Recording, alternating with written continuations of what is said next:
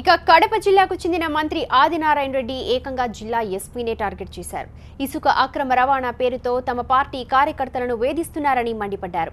SP తీరు జిల్లా అభివృద్ధికి ఆటంకంగా మారుతోందని ముఖ్యమంత్రి దృష్టికి తీసుకెళ్తామని చెప్పారు.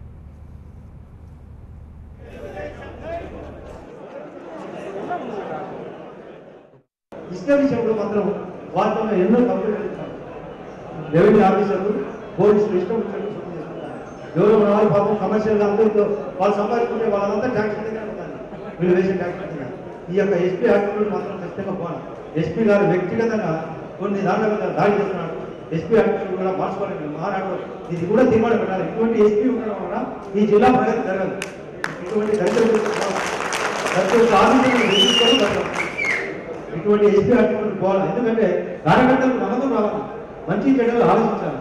ఎవరు ఇక్కడ మన వాళ్ళు కార్యకర్తలు దోపిడీ చేసుకొని సంపాదించాలని బాగా కావాల్సిన అన్ని పత్రాలు మేము చేస్తున్నాం. అటువంటి ఆలోచన చేసే మనకు మద్దతుగా ఉండాలి. అధికారులు కలెక్టర్ గారికి ఎంత ఉందాలని ఉన్నాడు. బాధ కలెక్టర్ గారికి నాకు తెలియకుండా ఏది ఆర్డర్ అది హార్డ్గా చేయడం, బెదిరించుకోవడం, బతలాడుకునే ఆర్డర్ ఉంటే మళ్ళీ ఫ్యాక్టరీ దాటిస్తారు పరిస్థితి. అటువంటి ఫ్యాక్టరీ ఉంటే మన జిల్లా బాగుపడదు.